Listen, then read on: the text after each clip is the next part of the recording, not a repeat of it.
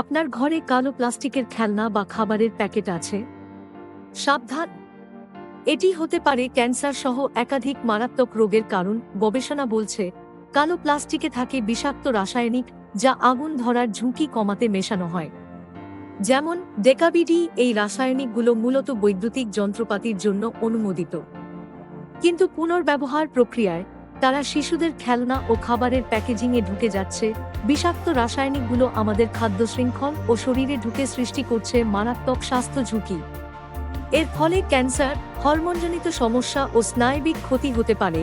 ডেকাবিডি একটি প্রমাণিত ক্যান্সার সৃষ্টিকারী উপাদান।